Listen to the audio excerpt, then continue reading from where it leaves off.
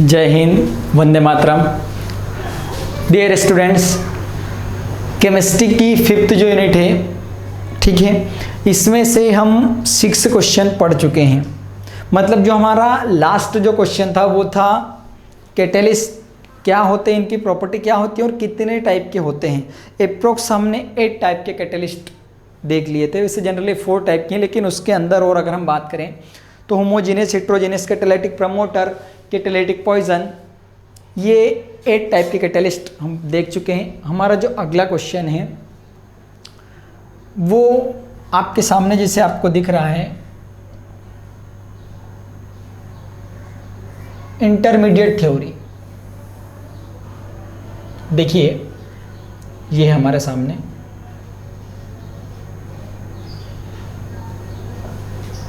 Intermediate compound and adsorption theory of catalysis या catalyst. ये हमारा अगला क्वेश्चन है। 2 हमको थ्योरी समझाना है, एक इंटरमीडिएट कंपाउंड थ्योरी कैटालिसिस की या कैटलिस्ट की, और एक एड्सॉर्प्शन थ्योरी हमको समझाना है। तो सबसे पहले हम इंटरमीडिएट कंपाउंड थ्योरी को क्लियर करते हैं। देखिए बहुत ही सिंपल थ्योरी है।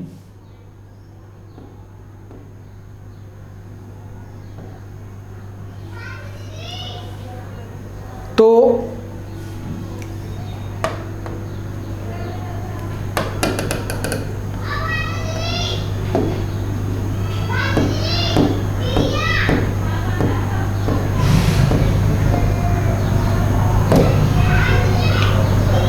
सबसे पहली जो थ्योरी है हमारी इंटरमीडिएट कंपाउंड थ्योरी। देखिए according to this theory,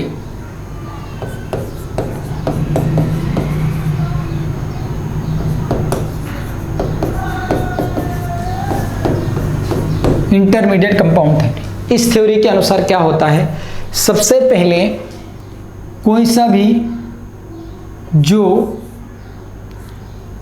reactant है, किसकी हम बात कर रहे हैं, रिएक्टेंट की, ये रिएक्टेंट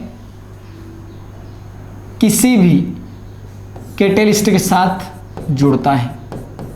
किसके साथ जुड़ता है, कैटेलिस्ट के साथ जुड़ता है और एक इंटरमीडिएट कंपाउंड बनाता है। क्या बनाता है, इंटरमीडिएट कंपाउंड। ठीक है, सेकंड स्टेप में क्या होता है, ये जो इंटरमीडिएट कंपाउंड है, इंटरमीडिएट कंपाउंड ये किसी दूसरे रिएक्टेंट से जुड़ता है। ठीक है, और ये बना लेता है प्रोडक्ट। क्या बना लेता है, प्रोडक्ट, और जो कैटेलिस्ट है वो फ्री हो जाता है। कैटेलिस्ट क्या हो जाता है, फ्री हो जाता है। ये है इंटरमीडिएट कंपाउंड थ्योरी कि रिएक्टेंट किसी कैटेलिस्ट से पहले मिलता है, फिर वो बनाता है इंटरमीडिएट कंपाउंड, फिर वो जो इंटरमीडिएट कंपाउंड है वो किसी दूसरे रिएक्टेंट से मिलेगा और बनाएगा प्रोडक्ट, और कैटेलिस्ट क्या हो जाएगा, फ्री हो जाएगा। डियर स्टूडेंट्स, ऑब्जेक्टिव में आपको ये ध्यान रखना है कि जो इंटरमीडिएट कंपाउंड थ्योरी है ये कहाँ पर लागू होती है, कौन टाइप के कैटेलिस्ट इसको फॉलो करते हैं। तो ये जो थ्योरी है इंटरमीडिएट कंपाउंड थ्योरी, ये होमोजीनियस कैटालिसिस पर फॉलो होती है। कहाँ पर फॉलो होती है, होमोजीनियस कैटालिसिस। ये आपको ऑब्जेक्टिव में ध्यान रखना है, किस पर फॉलो होगी, ये होमोजीनियस कैटालिसिस पर फॉलो होगी। ठीक है, ये आप ध्यान रखें। इसके बाद हम अगली थ्योरी की बात करें, एड्सॉर्प्शन थ्योरी। लगभग सेम है ये थ्योरी, एड्सॉर्प्शन थ्योरी। देखिए स्टूडेंट्स, इस थ्योरी के अनुसार क्या होता है कि कोई से भी जो रिएक्टेंट है और कैटेलिस्ट,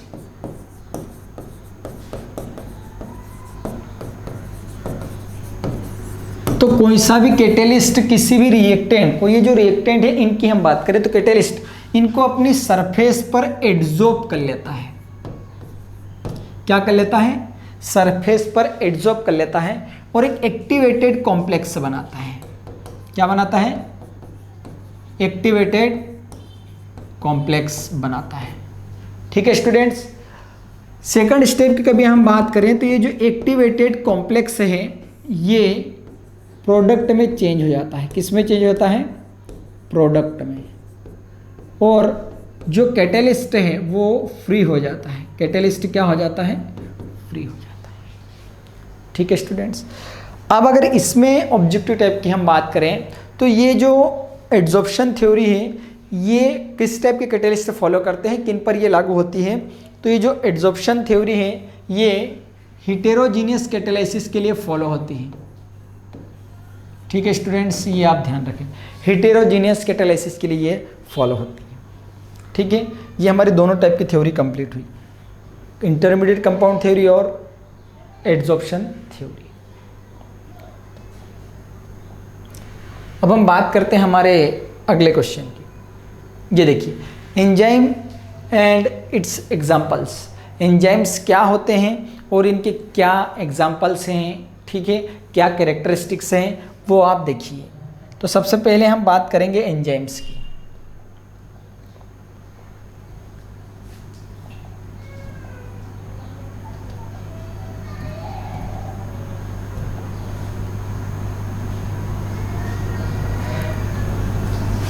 एंजाइम्स,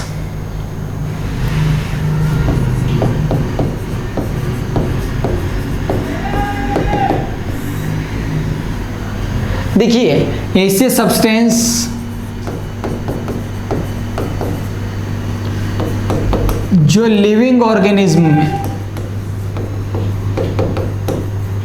लिविंग ऑर्गेनिज्म की रेट ऑफ रिएक्शंस को, या केवल बात करें रिएक्शंस को, रेट ऑफ रिएक्शंस को चेंज कर देते हैं। दो substance which change rate of reaction in living organism is called enzymes. Example की कभी हम बात करें तो टाइलिन, जाइमेज, माल्टेज एक्सेट्रा, ये सभी एंजाइम हैं। तो एंजाइम जो वर्ड है, इस वर्ड का सबसे पहले स्टूडेंट्स यूज किया था कुहने ने। ठीक है, ये आपको ध्यान रखना है। अब हम बात करें इनके कैरेक्टरिस्टिक्स की या प्रॉपर्टीज की। तो देखिए,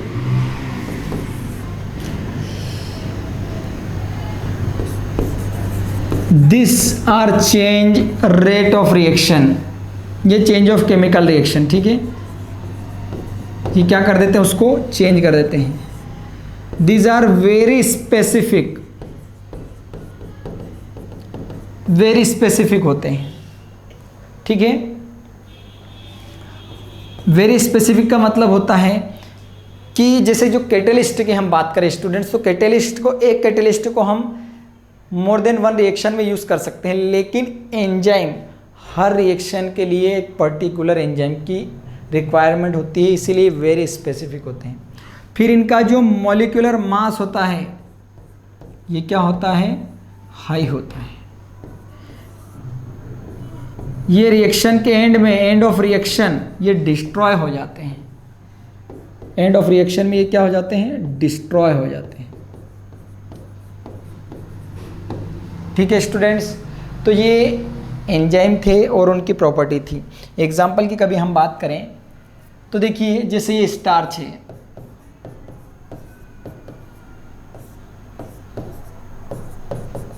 starch convert into glucose,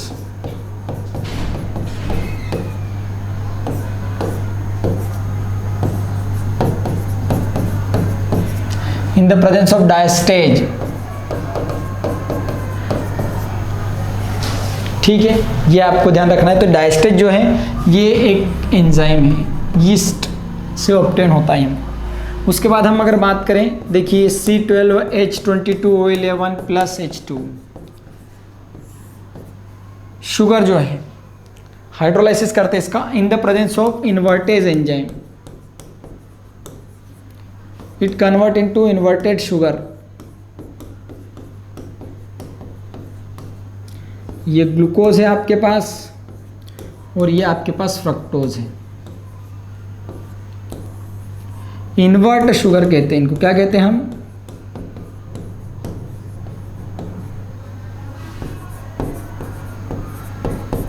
from east.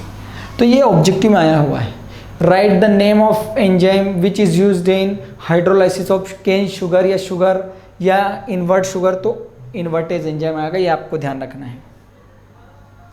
ठीक है, तो इस टाइप से बहुत सारे, जब आप नोट्स में देखेंगे आपको लगभग 8-9 एंजाइम मिलेंगे। ठीक है, तो आपको उनका ध्यान रखना है डियर स्टूडेंट्स। जैसे हम बात करें, ये स्टार्च है, स्टार्च टाइलिन के प्रेजेंस में किस में कन्वर्ट होता है?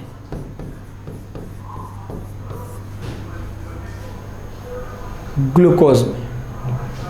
जो हम भोजन ग्रहण करते हैं स्टार्च के फॉर्म में होता है, टाइलिन के प्रेजेंस में ग्लूकोज। किसी चीज़ को देखते हैं जो हमारी बहुत फेवरेट होती है, उसको देखकर मुंह में पानी छलकने लगता है, मतलब वो जो एंजाइम है वो टाइलिन एंजाइम। तो इससे बहुत सारे आपको एग्जाम्पल मिलेंगे। तो ये थे एंजाइम और उसके जो एग्जाम्पल थे, उसके कैरेक्टरिस्टिक्स थे, आपको ये ध्यान रखना है। ठीक है स्टूडेंट्स, अब हम चलते हैं हमारे अगले क्वेश्चन की ओर।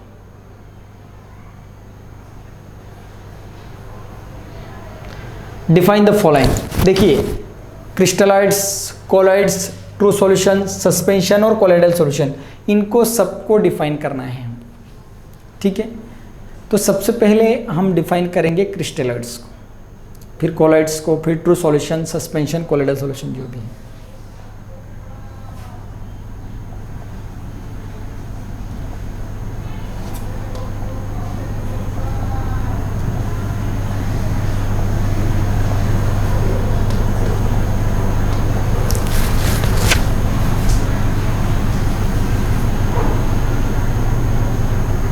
डियर स्टूडेंट्स, 1861 में थॉमस ग्राहम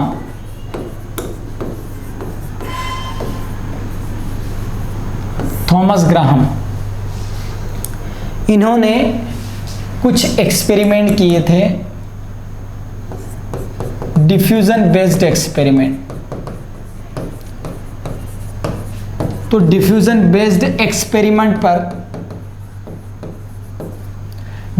बेस्ड एक्सपेरिमेंट्स पर इन्होंने जो भी सब्सटेंस था, उस सब्सटेंस को इन्होंने 2 क्लास में डिवाइड किया है ना। मतलब डिफ्यूजन के बेस पर सब्सटेंस 2 टाइप के होते हैं। देखिए, सबसे पहला टाइप हमारे पास में आएगा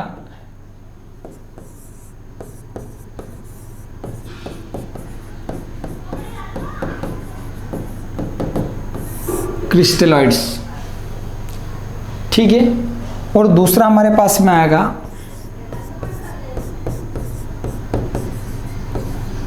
कोलॉइड्स। तो ऐसे सब्सटेंस जो लिविंग मेम्ब्रेन से, स्टूडेंट्स आप लिविंग मेम्ब्रेन लिखे या पार्चमेंट मेम्ब्रेन लिखे, जो भी हो, जो लिविंग मेम्ब्रेन से इजीली क्रॉस हो जाते हैं, इजीली क्या हो जाते हैं? क्रॉस हो जाते हैं, उन्हें हम क्या कहेंगे? क्रिस्टलॉइड्स। ठीक है, तो ऐसे सब्सटेंस जो लिविंग मेम्ब्रेन से इजीली क्रॉस हो जाते हैं, या जिनके सॉल्यूशन, ऐसे सब्सटेंस जिनके सॉल्यूशन लिविंग मेम्ब्रेन से इजीली क्रॉस हो जाते हैं, उन्हें हम कहेंगे क्रिस्टलॉइड्स। और इसके कभी हम एग्जांपल की बात करें, salt, glucose, sugar, urea etcetera. Just opposite, ऐसे सब्सटेंस जो लिविंग मेम्ब्रेन से इजीली क्रॉस नहीं होते,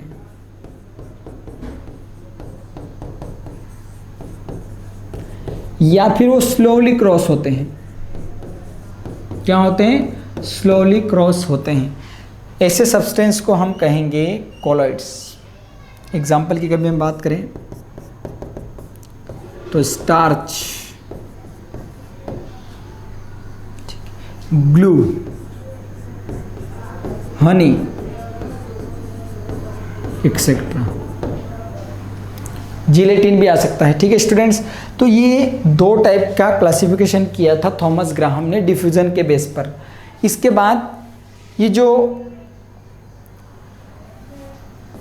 कॉलॉइड्स, कि जो कॉलॉइड हैं ये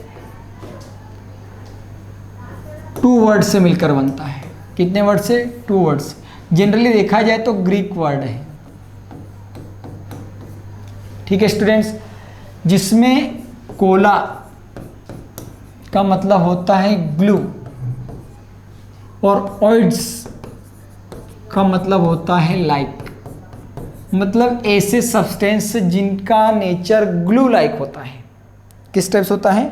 ग्लू लाइक होता है। ऐसे सब्सटेंस को हम कहेंगे कॉलॉइड्स। ठीक है स्टूडेंट्स, ये आप ध्यान रखें। तो हमारे पास 2 टाइप का क्लासिफिकेशन था, एक हमारे पास था क्रिस्टलॉइड्स, एक हमारे पास था कॉलॉइड्स। अब हम आगे की बात करेंगे, हमारे पास और उसमें बहुत सारी चीज़ें हैं। सबसे पहले अगर हम बात करेंगे तो हम करेंगे ट्रू सॉल्यूशन की, ठीक है, ट्रू सॉल्यूशन। ठीक है, तो देखिए ऐसे सॉल्यूशन जो लिविंग मेम्ब्रेन से इजीली क्रॉस हो जाते हैं, इजीली क्या हो जाते हैं? क्रॉस हो जाते हैं, उसे हम कहेंगे ट्रू सॉल्यूशन। जिनके सॉल्यूशन लिविंग मेम्ब्रेन से इजीली क्रॉस हो जाते हैं ट्रू सॉल्यूशन कहलाएंगे। इनके जो पार्टिकल हैं, उन पार्टिकल का जो साइज है वो 10 to the power -9 to 10 to the power minus कितना होता है? 7 सेंटीमीटर होता है, या फिर less than 1 nanometre.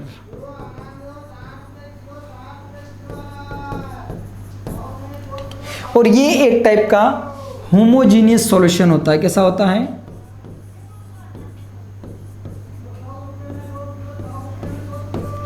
Homogeneous solution होता है एक टाइप से। एग्जाम्पल की कभी हम बात करें स्टूडेंट्स तो देखिए, solution of NaCl, urea, sugar, starch, sorry urea, sugar, NaCl, ETC, या फिर ग्लूकोज, फ्रक्टोज, माल्टोज जो भी है, ये है आपके पास ट्रू सॉल्यूशन। इजीली क्रॉस हो जाते हैं, पार्टिकल का साइज इतना होता है, एक टाइप का होमोजेनियस सिस्टम है। ठीक है स्टूडेंट्स, आगे की हम अगर बात करेंगे तो उसके बाद आएगा colloidal solution.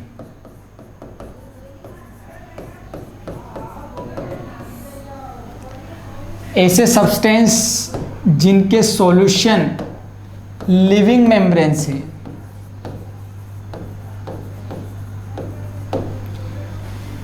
Very slowly cross होते हैं, वेरी स्लोली क्या होते हैं? क्रॉस होते हैं, उन्हें हम कहेंगे कोलाइडल सॉल्यूशन। इनके अगर हम पार्टिकल की बात करें साइज की, तो इनके पार्टिकल का जो साइज है वो होता है 10 to the power -7 to 10 to the power -5 centimetre, या 1 to 100 नैनोमीटर के बीच में होता है। ठीक है, अब अगर हम बात करें डियर स्टूडेंट्स, ठीक है, तो ये एक टाइप का हेटेरोजीनियस सॉल्यूशन होता है या हेटेरोजीनियस सिस्टम होता है। कैसा सिस्टम होता है? एक टाइप से ये हेटेरोजीनियस सिस्टम होता है। एग्जाम्पल की अगर हम बात कर लें यहाँ पर, तो बहुत ही सिंपल इसके एग्जाम्पल है। Solution of starch, glue, gelatin etcetera. अब लास्ट अगर हम बात करते हैं सस्पेंशन की, किसकी हम बात करेंगे?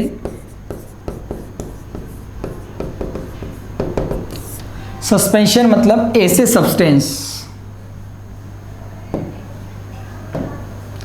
ऐसे सब्सटेंस जिनके सॉल्यूशन लिविंग मेम्ब्रेन को क्रॉस नहीं करते, क्रॉस नहीं करते, उन्हें हम कहेंगे सस्पेंशन। और इनके जो पार्टिकल का जो साइज है वो होता है 10 to the power -5 to 10 to the power -3 centimetre या more than 1 nanometre, more than 1 nanometre. और ये एक टाइप का हिटेरोजीनियस सिस्टम है। ये भी कैसा सिस्टम है? एक टाइप का हिटेरोजीनियस सिस्टम है। ठीक है स्टूडेंट्स, यहां पर हम एग्जांपल की कभी बात करें तो सैंड प्लस वाटर का सॉल्यूशन हो सकता है यहाँ पर एक टाइप से। उसके बाद अगर हम बात करें तो लाइम और वाटर का हो सकता है यहाँ पर। उसके बाद अगर हम बात यहाँ पर करें स्टूडेंट्स, लाइम वाटर के बाद सॉइल प्लस वाटर। ठीक है डियर स्टूडेंट्स, ये आप ध्यान रखें।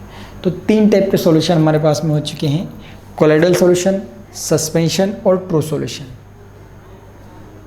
ठीक है, एक और जनरली मैं बात बता दूं कि जो ट्रू सॉल्यूशन है इसके पार्टिकल को हम माइक्रोस्कोप से भी सीन नहीं कर सकते हैं। ठीक है, इसके जो पार्टिकल हैं, देखिए इसके जो पार्टिकल हैं, ट्रू की बात करें, not seen by microscope, microscope की हेल्प से भी हम इसके पार्टिकल्स को देख नहीं सकते, ट्रू सॉल्यूशन की बात करें। उसके बाद अगर यहाँ पर बात करें तो particle seen by microscope, microscope से इसके हम पार्टिकल को क्या कर सकते हैं? देख सकते हैं।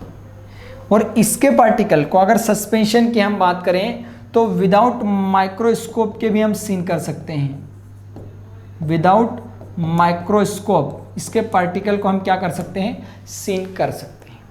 ठीक है स्टूडेंट्स, तो ये हमारे पास में 5 चीज़ें हो गई है, crystalloid, colloid, true solution, suspension और कोलाइडल सॉल्यूशन।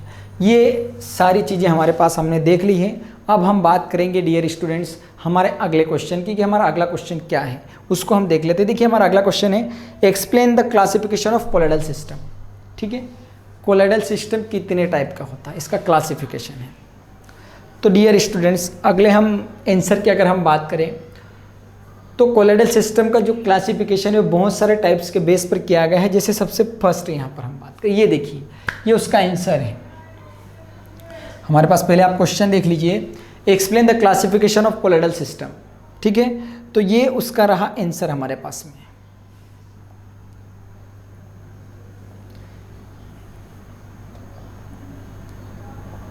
मतलब देखा जाए तो ये आंसर नंबर 10 है आपका।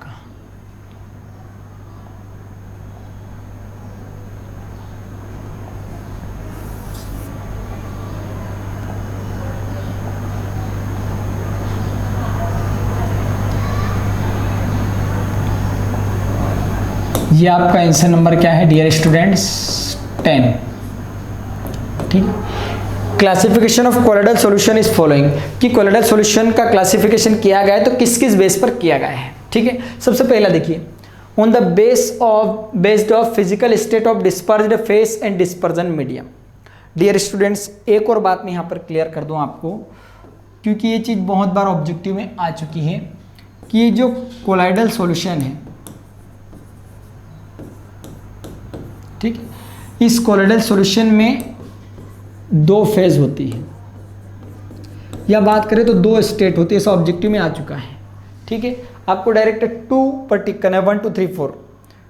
ठीक है, राइट द फेज या स्टेट ऑफ कोलाइडल सॉल्यूशन 1 2 3 4 तो 2 आएगी। तो जो 2 फेज या स्टेट होती है उसमें एक होती है डिस्पर्स्ड फेज, एक कौन सी होती है डियर स्टूडेंट्स? डिस्पर्स्ड फेज, और दूसरी होती है डिस्पर्जन मीडियम। ये आप ऑब्जेक्टिव में आया हुआ क्वेश्चन है, इसको आप ध्यान रखें। तो किसी भी कोलाइडल सॉल्यूशन में या कोलाइडल सिस्टम की बात करें, सॉल्यूशन बोले या सिस्टम दोनों का मतलब एक ही होता है, तो कोलाइडल सिस्टम या कोलाइडल सॉल्यूशन की कितनी फेज होती है? 2 फेज होती है या 2 स्टेट होती है। एक होती है डिस्पर्स्ड फेज, एक होती है डिस्पर्जन मीडियम। ठीक है, ये आपको ध्यान रखना है। तो हम बात करते हैं क्लासिफिकेशन की।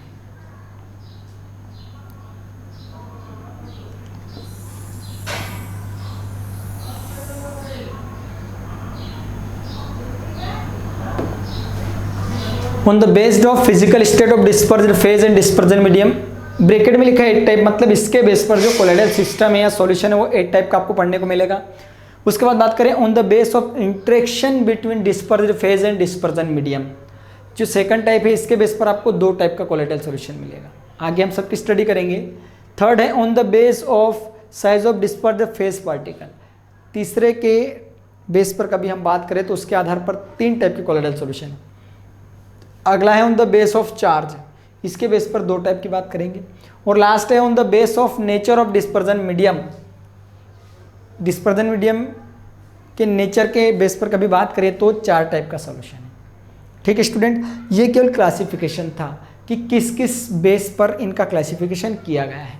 अब हम आगे की अगर हम बात करें तो सबसे पहला जो है अगला जो क्वेश्चन है, ये देखिए क्वेश्चन आपके सामने, explain the types of colloidal solution on the base of physical state of dispersion phase and dispersion medium. Students, ये जो आप क्वेश्चन देख रहे हैं ये ऑब्जेक्टिव में भी पूछा गया है, ठीक है, कि right the type of colloidal solution on the base of physical states of dispersion phase and dispersion medium. आपको एग्जाम में जो फिल इन द ब्लैंक्स दिया गया है वहाँ लिखना है केवल 8 टाइप, इसके बेस पर कभी हम बात करें तो 8 टाइप का कोलोइडल सॉल्यूशन होता है। कितने टाइप का होता है? 8 टाइप का। तो 8 टाइप कौन कौन से हैं? जो 8 टाइप होते हैं वो देखिए आपके सामने ये रहे। ये नेम ऑफ सिस्टम है कि इतने टाइप के होते हैं, सॉलिड, सॉल, यहाँ पर थोड़ा सा वर्ड है, सॉलिड, सॉल,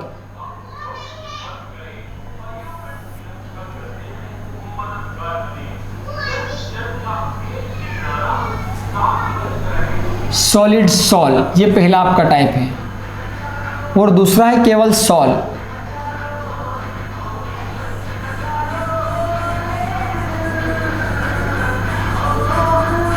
ठीक है स्टूडेंट्स, ये आप थोड़ा सा ध्यान रखें।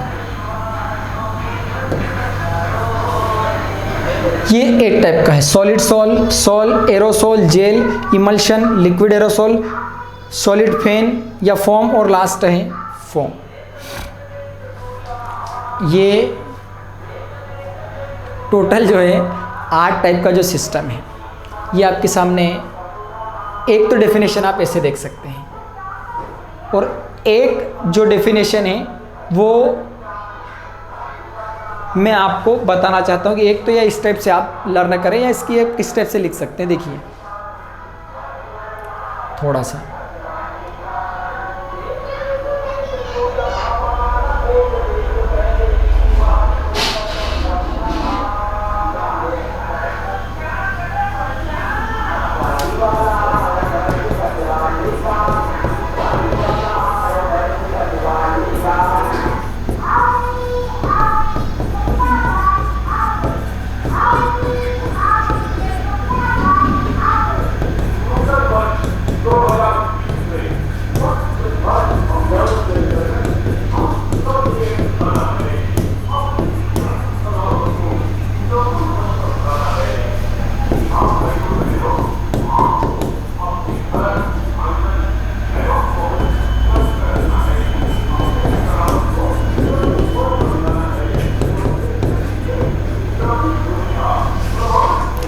डियर स्टूडेंट्स, 2 टाइप है हमारे पास में। एक तो आप किसी की भी डेफिनेशन लिखना इस टाइप से भी लिख सकते हैं, और एक आप इस टेबल से लर्न कर सकते हैं। देखिए सबसे पहला जैसे solid sol, if dispersion phase is solid and dispersion medium is solid then system colloidal system is called solid sol.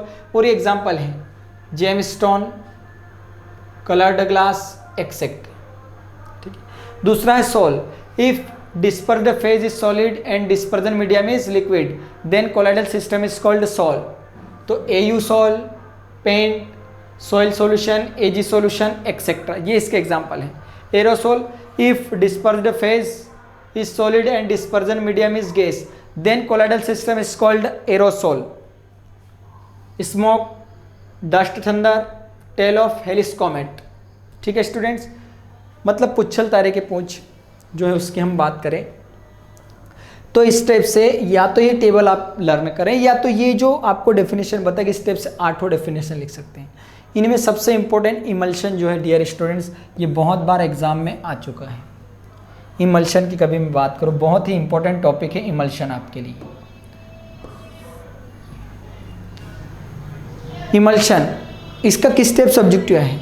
When dispersed phase and dispersion medium both are liquid then colloidal system is called, जो भी हो।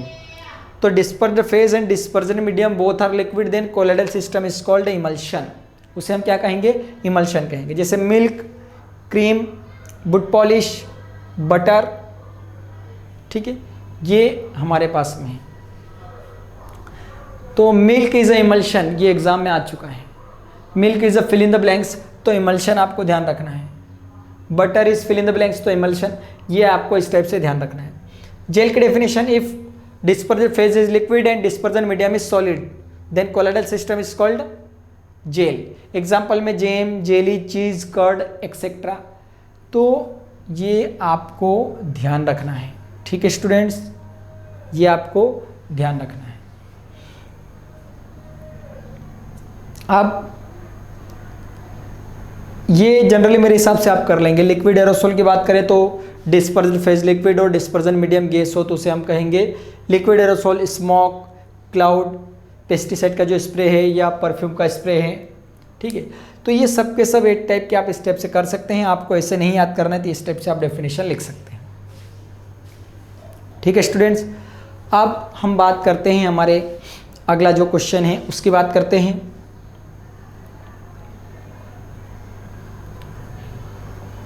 ये देखिए, एक type का हम पढ़ चुके हैं। इसके बाद अगर हम बात करते हैं तो explain the types of colloidal solution on the based of interaction between dispersion phase and dispersion medium. इसके बेस पर हमको कोलोइडल सॉल्यूशन को एक्सप्लेन करना है। तो चलिए हम देख लेते हैं।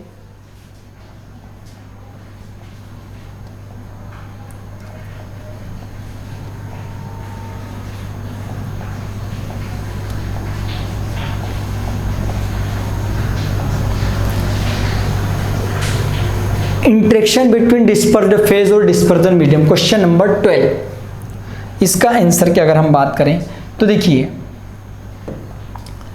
इंटरेक्शन के आधार पर अगर हम बात करें तो 2 टाइप के कोलोइडल सॉल्यूशन होते हैं। कितने टाइप के होते हैं? 2 टाइप के, ठीक। सबसे पहले अगर हम बात करें तो होता है लायोफिलिक कोलोइडल सॉल्यूशन।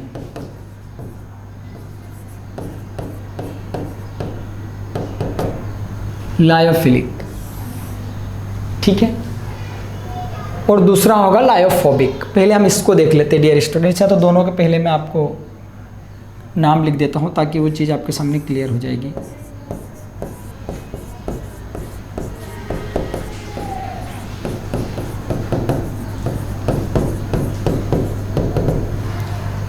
तो डियर स्टूडेंट्स, ऐसे सब्सटेंस, ठीक है, ऐसे सब्सटेंस जिनको डिस्पर्जन मीडियम में शेक करने पर, डिस्पर्जन मीडियम के साथ शेक करेंगे, हम इनको हिलाएंगे तो डिस्पर्जन मीडियम में शेक करने पर वो इजीली फॉर्म कोलोइडल सॉल्यूशन। ऐसे सब्सटेंस जिनको अगर हम डिस्पर्जन मीडियम के साथ शेक करेंगे, हिलाएंगे तो इजीली वो क्या बना लेंगे? कोलोइडल सॉल्यूशन बना लेंगे। ऐसे सब्सटेंस को हम कहेंगे लायोफिलिक सब्सटेंस या उस सॉल्यूशन को कहेंगे लायोफिलिक कोलोइड, ठीक है। एग्जाम्पल की कभी हम बात करें, starch, glue, albumin, gelatin, ETC, ठीक है स्टूडेंट्स। तो ऐसे सब्सटेंस जिनको डिस्पर्जन मीडियम की स्पेशली कभी हम बात करें, आपको डिस्पर्जन मीडियम अगर मान लीजिए लेना है वाटर, तो आप वाटर ले सकते हैं, एल्कोहल ले सकते हैं, बेंजीन ले सकते हैं। H2 लिख दो, डिस्पर्जन मीडियम मतलब H2। मान लीजिए कि H2 में हम घोल रहे हैं तो डिस्पर्जन मीडियम के साथ जो इजीली कोलोइडल सॉल्यूशन बनाएंगे उन्हें हम कहेंगे लायोफिलिक कोलोइड। एग्जांपल में स्टार्च, ग्लू, एल्बुमिन एक्सेट्रा। ठीक है, फिर इनकी अगर हम बात करें तो इनमें जो सब्सटेंस है, ठीक है, इन सब्सटेंस को डिस्पर्जन मीडियम से इजीली सेपरेट कर सकते हैं। इजीली क्या कर सकते हैं? सेपरेट कर सकते हैं। तो इजीली सेपरेट कर सकते हैं, इसलिए इस टाइप के जो कोलोइडल सॉल्यूशन है इन्हें रिवर्सिबल कोलोइडल सॉल्यूशन भी कहते हैं। क्या कहते हैं? रिवर्सिबल कोलोइडल सॉल्यूशन भी कहते हैं। ठीक है स्टूडेंट्स, ये आपको ध्यान रखना है। और अगर डिस्पर्जन मीडियम की कभी हम बात करें तो जो मीडियम हो वो अगर क्या हो, वाटर हो, H2O हो, तो उन्हें हम हाइड्रोफिलिक कोलोइडल सॉल्यूशन कहेंगे। क्या कहेंगे? हाइड्रोफिलिक कोलोइडल सॉल्यूशन कहेंगे। ठीक है स्टूडेंट्स, ये आपको ध्यान रखना है। जस्ट अपोजिट अगर हम इसकी बात करते हैं तो ऐसे सब्सटेंस जो dispersion medium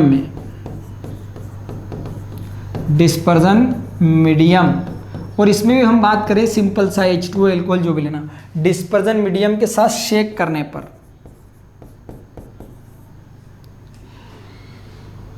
easily colloidal solution नहीं बनाएंगे।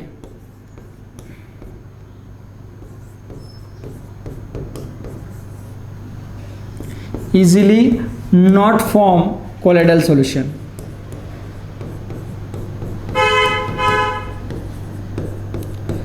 ऐसे सब्सटेंस जिनको डिस्पर्जन मीडियम के साथ शेक करने पर वो इजीली कोलोइडल सॉल्यूशन नहीं बनाते, उन्हें हम कहेंगे lyophobic colloidal solution.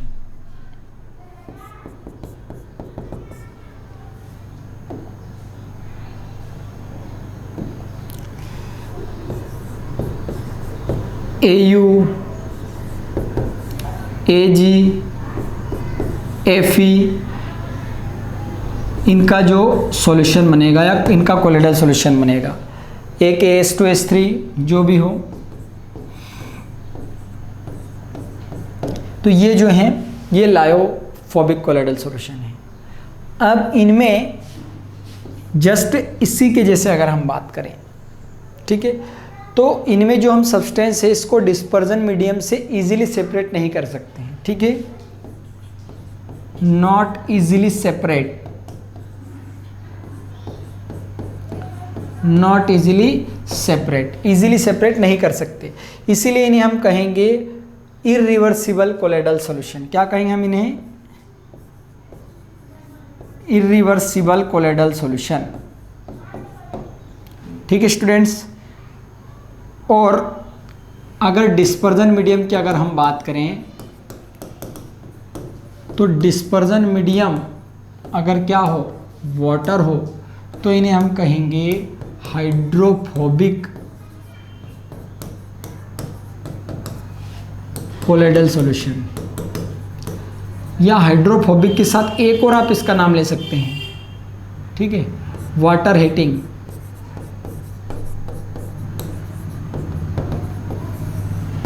Colloidal solution. ऐसे कैसे इसको आप वाटर लविंग बोल सकते हैं जो लायोफिलिक है इसको। ठीक है स्टूडेंट्स, तो ये हमारे पास में कोलोइडल सॉल्यूशन जो था इसके टाइप थे, किसके बेस पर? इंटरेक्शन रिएक्शन के बेस पर।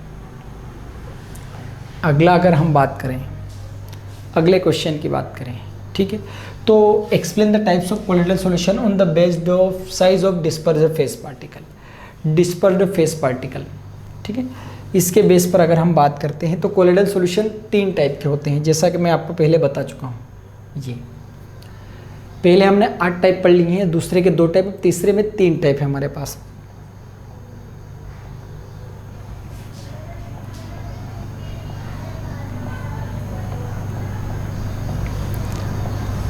ठीक है स्टूडेंट्स, 3 टाइप के होते हैं। पहला है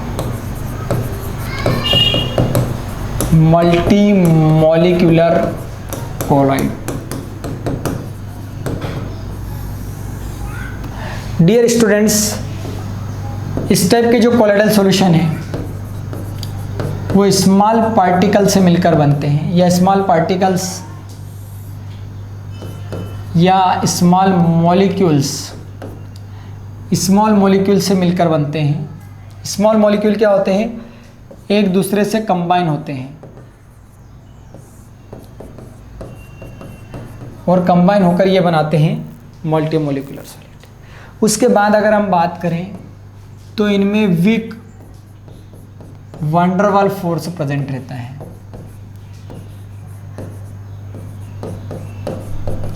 कौन सा फोर्स प्रेजेंट रहेगा? वीक वंडरवाल फोर्स प्रेजेंट रहेगा।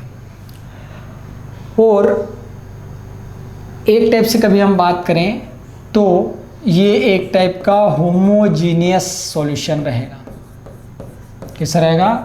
Homogeneous solution.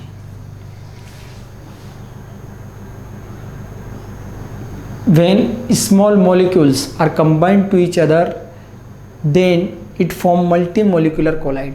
इनमें वीक वंडरवाल फोर्स प्रेजेंट रहता है और ये एक टाइप का होमोजीनियस सिस्टम या होमोजीनियस सॉल्यूशन होता है। इसके मैं आपको एग्जांपल की अगर हम बात बताएं,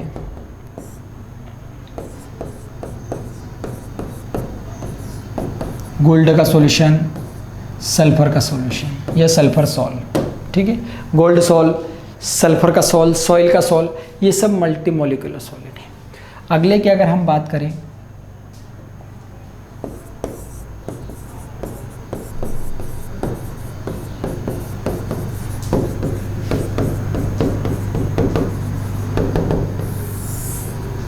तो जैसे इसमें स्मॉल पार्टिकल का ग्रुप रहता है, इसमें लार्ज मॉलिक्यूल जब कंबाइन होते हैं, लार्ज मॉलिक्यूल क्या होते हैं? एक दूसरे से कंबाइन होते हैं। तो कंबाइन होकर वो क्या बनाएंगे? मैक्रोमोलिकुलर कोलाइड, और इनमें स्ट्रॉन्ग केमिकल फोर्स प्रेजेंट रहता है। क्या प्रेजेंट रहता है? स्ट्रॉन्ग केमिकल फोर्स प्रेजेंट रहता है। इसके बाद अगर हम बात करें तो ये एक टाइप का हेटेरोजीनियस सिस्टम होता है। ये हेटेरोजीनियस सॉल्यूशन होता है। और ये जो जनरली कोलाइड होते हैं ये दो टाइप के होते हैं। कितने टाइप के होते हैं? दो टाइप के। मतलब देखा जाए तो एक टाइप से पॉलीमर होते हैं। क्या होते हैं डियर स्टूडेंट्स? एक टाइप से पॉलीमर। और पॉलीमर कितने टाइप के होते हैं? दो टाइप के। एक होते हैं नेचुरल पॉलीमर। तो नेचुरल पॉलीमर की अगर हम बात करें तो स्टार्च, ग्लूकोज, सेल्यूलोज एक्सेट्रा। और अगर हम दूसरे टाइप की बात करें सिंथेटिक पॉलीमर की,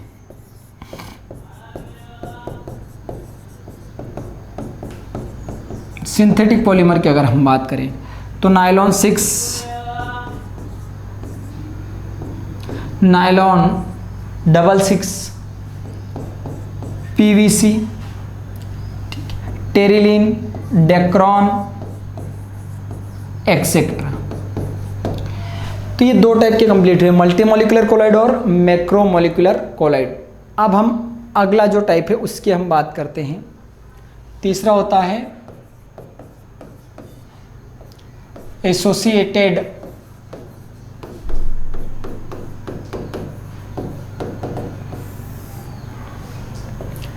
कोलाइड। तो ऐसे कोलाइड जो लोअर कंसंट्रेशन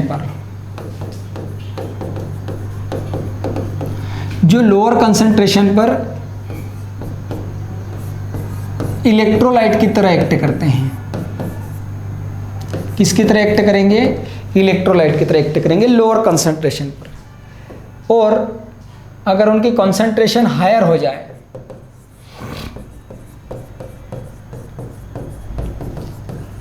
तो हायर कंसंट्रेशन पर किसकी तरह एक्ट करेंगे? वो कोलाइड की तरह एक्ट करेंगे। दो substance which act as electrolyte at lower concentration and act as colloid at higher concentration are called associated colloid। associated हम colloid कहेंगे, ठीक है। तो ऐसे colloid का जो फॉर्मेशन है, ठीक है, इनका फॉर्मेशन एक पर्टिकुलर टेम्परेचर पर होता है, एक पर्टिकुलर टेम्परेचर पर होता है, उस पर्टिकुलर टेम्परेचर को हम कहेंगे क्राफ्ट टेम्परेचर। क्राफ्ट टेम्परेचर हम उसे कहेंगे, CT, क्राफ्ट टेम्परेचर हम उसे कहेंगे। और इस क्राफ्ट टेम्परेचर पर जो कॉन्सेंट्रेशन होता है वो नॉर्मल कॉन्सेंट्रेशन से क्या होता है, हाई होता है। कॉन्सेंट्रेशन नॉर्मल से क्या होता है, हाई होता है, जिसे क्रिटिकल मिसेल कॉन्सेंट्रेशन कहेंगे। मतलब CMC, क्रिटिकल मिसेल कॉन्सेंट्रेशन कहते हैं, ठीक है। और इसकी जो वैल्यू होती है वो 10⁻³ टू 10⁻⁴ मोल पर लीटर होती है। और एग्जाम्पल की हम अगर बात करें तो सोप एंड डिटर्जेंट,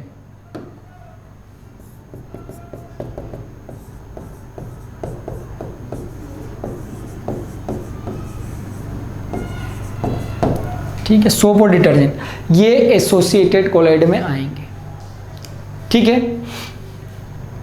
तो ये कोलाइडल सॉल्यूशन थे और उनके टाइप्स थे, ठीक है स्टूडेंट्स। देखिए इनका जो फॉर्मेशन होता है वो पर्टिकुलर या कांस्टेंट टेम्परेचर पर होता है, जिसे हम कहेंगे क्राफ्ट टेम्परेचर। और इनकी जो कॉन्सेंट्रेशन है वो नॉर्मल कॉन्सेंट्रेशन से हाई होती है या ज़्यादा होती है, जिसे हम कहेंगे क्रिटिकल मिसेल कॉन्सेंट्रेशन, CMC कहते हैं। और इसकी वैल्यू 10⁻³ टू 10⁻⁴ मोल पर लीटर होती है। और एग्जाम्पल में सोप एंड डिटर्जेंट, ठीक है। अब हम अगले क्वेश्चन की तरफ चलते हैं। Explain the types of colloidal solution on the based of charge. Charge के बेस पर कोलाइडल सॉल्यूशन कितने टाइप के होते हैं ये हमको देखना है। तो बहुत ही सिंपल सा एग्जांपल है डियर स्टूडेंट्स इसका, कि चार्ज के बेस पर अगर हम देखें तो कोलाइडल सॉल्यूशन जो है वो दो टाइप के हैं चार्ज के बेस पर।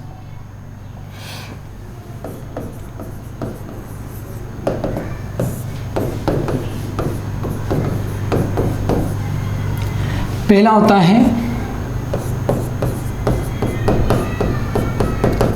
पॉजिटिव सॉल या सॉल्यूशन,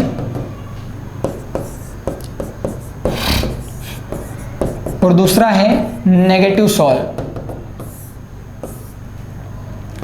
पॉजिटिव सॉल मतलब ऐसे सॉल्यूशन जिनके पार्टिकल पर पॉजिटिव चार्ज प्रेजेंट रहता है, पॉजिटिव सॉल कहलाता है। एग्जांपल में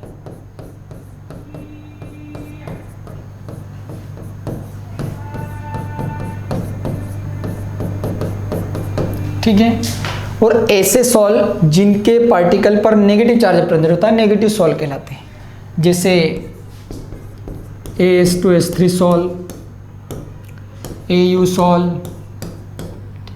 ये आप ध्यान रखें, ठीक है स्टूडेंट्स। तो ये दो टाइप के होते हैं, पॉजिटिव सॉल और नेगेटिव सॉल। अब हम बात करें अगला, explain the types of colloidal solution on the base of nature of dispersion medium. Dispersion medium के बेस पर कितने टाइप के होते हैं? तो देखिए डिस्पर्जन मीडियम के बेस पर सबसे पहले मैं आपको बता दूं कि डिस्पर्जन मीडियम के जो बेस पर हैं 4 टाइप के होते हैं जनरली। नंबर 1 एक्वासॉल, या इसको आप बोल सकते हैं हाइड्रासॉल।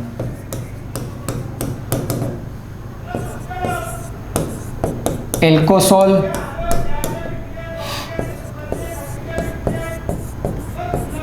बेंजोसॉल,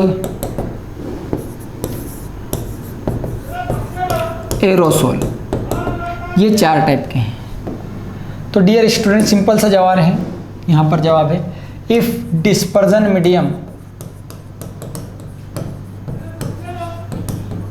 इज वाटर, अगर डिस्पर्जन मीडियम क्या हो, वाटर हो, तो कोलाइडल सिस्टम जो है उसे हम कहेंगे एक्वासॉल या हाइड्रोसॉल। अगर डिस्पर्जन मीडियम क्या हो, एल्कोहल हो, तो कोलाइडल सिस्टम को हम क्या कहेंगे, एल्कोसॉल। अगर डिस्पर्जन मीडियम क्या हो, बेंजीन हो, तो उसे हम क्या कहेंगे, बेंजोसोल। अगर डिस्पर्जन मीडियम क्या हो, एयर हो, तो उसे हम क्या कहेंगे, एरोसोल। ये 4 टाइप का। डिस्पर्जन मीडियम वाटर हो तो हाइड्रोसोल या एक्वासोल, एल्कोहल हो तो एल्कोसोल, बेंजीन हो तो बेंजोसोल, एयर हो तो एरोसोल। ये हमारे जो कोलोइडल सॉल्यूशन थे, बहुत सारे टाइप थे, हमने पढ़ लिए हैं। अब हम बात करते हैं हमारे अगले क्वेश्चन की। डियर स्टूडेंट्स, सिंपल सा क्वेश्चन है, जनरली एग्जाम में इसमें जो पूछा जाता है वो मैं आपको बता दूंगा कि वो सदियों से मतलब वही क्वेश्चन चला आ रहा है। तो describe the preparation methods of colloidal solution, ये हमारा अगला क्वेश्चन है। कोलोइडल सॉल्यूशन को प्रिपेयर करने के मेथड्स।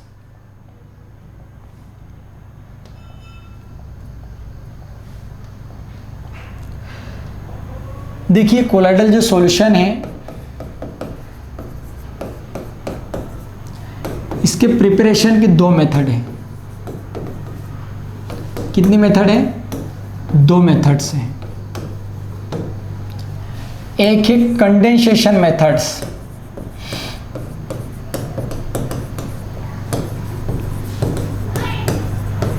और दूसरी है dispersion methods.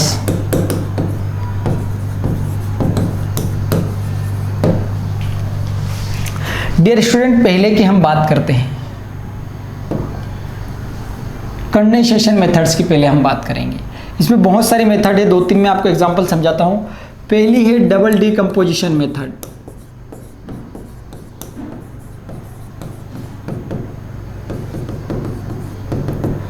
Double decomposition method, इसकी हेल्प से मेटल सल्फाइड्स के कोलोइडल सॉल्यूशन बनाए जाते हैं। किसके बनाए जाते हैं, मेटल सल्फाइड्स के कोलोइडल सॉल्यूशन बनाए जाते हैं। रिएक्शन देना है आपको सिंपल सी,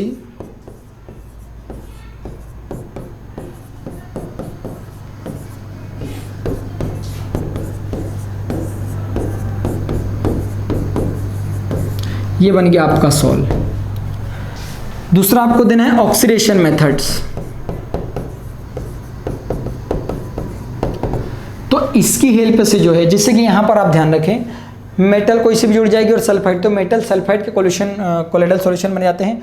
ऑक्सीडेशन की कभी हम बात करें तो इसके बेस पर देखिए यहां पर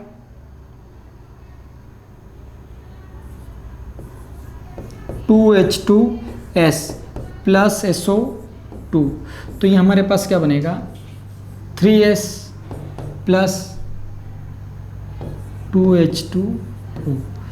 ये बन गया आपका सोल। मतलब इसकी हेल्प से कभी हम बात करें ऑक्सीडेशन मेथड की हेल्प से, देखिए ये जो हम पढ़ रहे हैं कंडेंसेशन मेथड्स के अंडर में आ रहा है, वो डिस्पर्जन मेथड की जो मेथड्स आएगी वो अलग आएगी।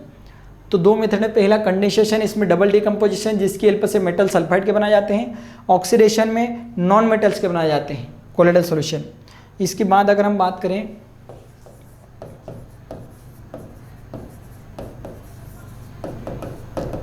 फ्रॉम हाइड्रोलाइसिस, तो हाइड्रोलाइसिस की हेल्प से मेटल हाइड्रोक्साइड के कोलोइडल सॉल्यूशन बने जाते हैं। किसके बने जाते हैं, मेटल हाइड्रोक्साइड्स, इसके कोलोइडल सॉल्यूशन बने जाते हैं। देखिए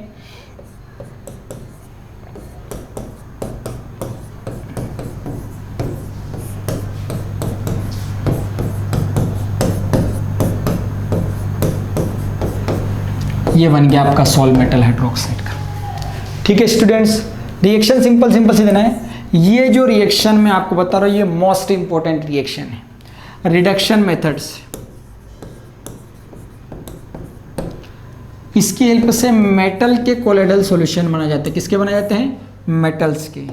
तो इसमें एक इंपॉर्टेंट टॉपिक यहां पर आएगा, पर्पिल ऑफ कॉशियस। ये आप ध्यान रखें students,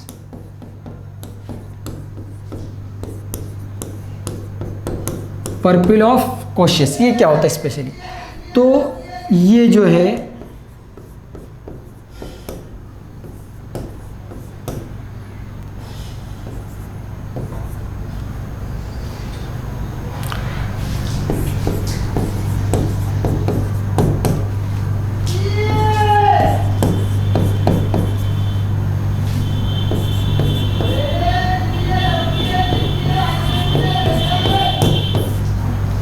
when auric chloride react with stannous chloride to form violet colour gold sol, violet colour का गोल्ड सोल बनता है जिसे हम कहेंगे पर्पिल ऑफ कोशियस। क्या कहेंगे हम उसे? Purple of cautious. ये ऑब्जेक्टिव में आने जैसा है, आ सकता है और आ भी चुका है, आप इसका थोड़ा सा ध्यान रखें। पर्पिल ऑफ कोशियस इसको कहते हैं हम, कि जब गोल्ड ऑरिक क्लोराइड या गोल्ड क्लोराइड की रिएक्शन स्टेनलेस क्लोराइड से करवाई जाती है तब वॉयलेट कलर का गोल्ड सोल ऑब्टेन होता है, जिसे हम कहते हैं पर्पिल ऑफ कोशियस। तो एग्जाम में अगर फॉर्मूला आता है right the formula purple of cautious, तो आप इजीली लिख सकते हैं वॉयलेट गोल्ड सोल या 2AU, ये रिएक्शन लिखकर आप बता सकते हैं।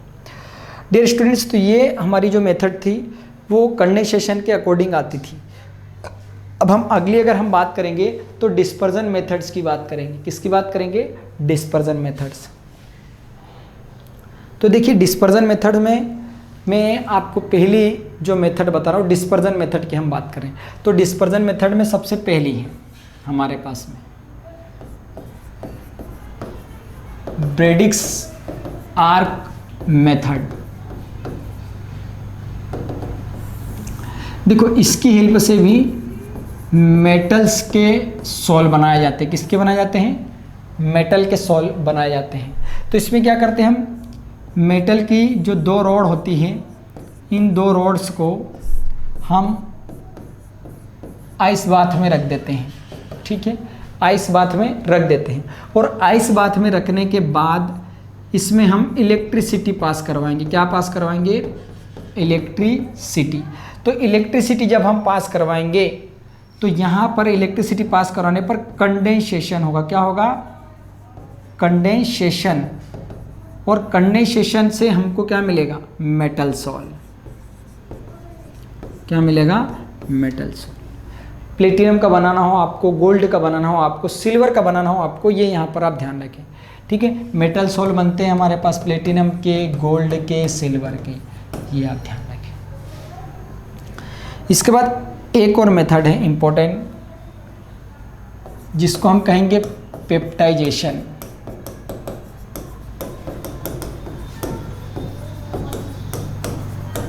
डियर स्टूडेंट, मोस्ट इंपॉर्टेंट है, एनुअल एग्जाम में आ चुका है।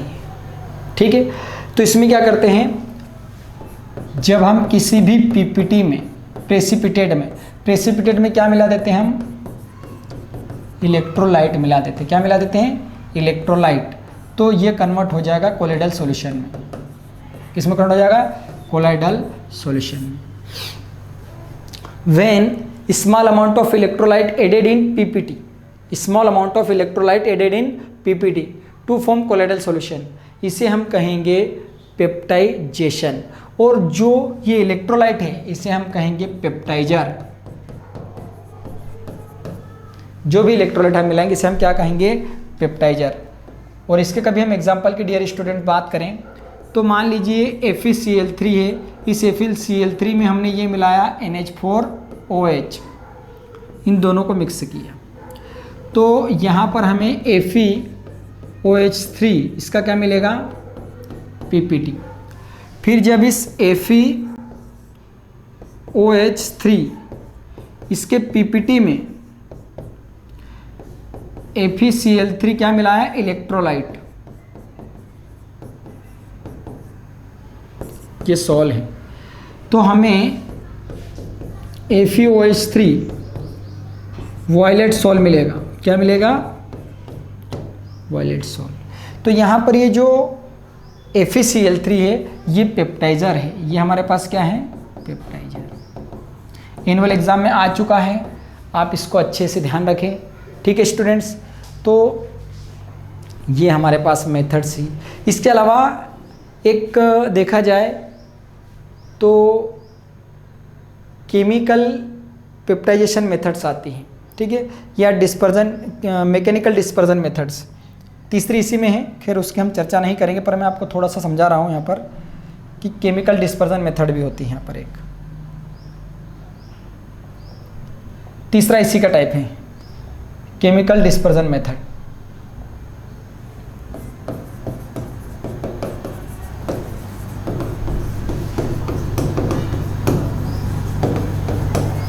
इसकी हेल्प से हम बनाते हैं इंक, पेंट, वार्निशेस। ये केमिकल डिस्पर्जन मेथड की हेल्प से बनते हैं। बस इतना सा थोड़ा सा आपको सिंपल ध्यान रखना है। ठीक है स्टूडेंट्स, तो ये हमने देख लिया है, बहुत सारी चीज़ें हमने देख ली है कि कोलोइडल सॉल्यूशन कैसे बनाते हैं और इनकी क्या क्या मेथड्स हैं। डियर स्टूडेंट्स, अब आज के लिए इतना हमारे लिए बेहतर है। ठीक है, अब अगला जो क्वेश्चन है, explain the purification methods of colloidal solution. Colloidal solution की प्यूरिफिकेशन मेथड, ये जब हम अगले लेक्चर में मिलेंगे तब हम इसकी स्टडी करेंगे। तब तक के लिए आप इसको पढ़ते रहिए ताकि ये आपके बेहतर तरीके से समझ में आ जाए। ठीक है, क्योंकि बहुत सारा हमने देख लिया है इस लेक्चर में। अब अगला जो टॉपिक है कि कोलोइडल सॉल्यूशन देखो क्या होता है, इसको कैसे बनाते हैं वो हमने बना लिया है, लेकिन इसको प्यूरिफाई कैसे करेंगे, शुद्ध रूप में हम इसको कैसे प्राप्त करेंगे, तो इसकी जो मेथड्स है उसकी जो चर्चा है वो हम करेंगे नेक्स्ट लेक्चर में डियर स्टूडेंट्स। तो आप नेक्स्ट लेक्चर में और अच्छे से फ्रेश माइंड होकर आएँ। उम्मीद करता हूँ ये भी आपको समझ में आएगा और आने वाला और भी आपको समझ में आएगा। इसीलिए स्वस्थ रहें, मस्त रहें और नेक्स्ट लेक्चर का इंतज़ार करें। इसी के साथ जय हिंद, जय भारत, वंदे मातरम।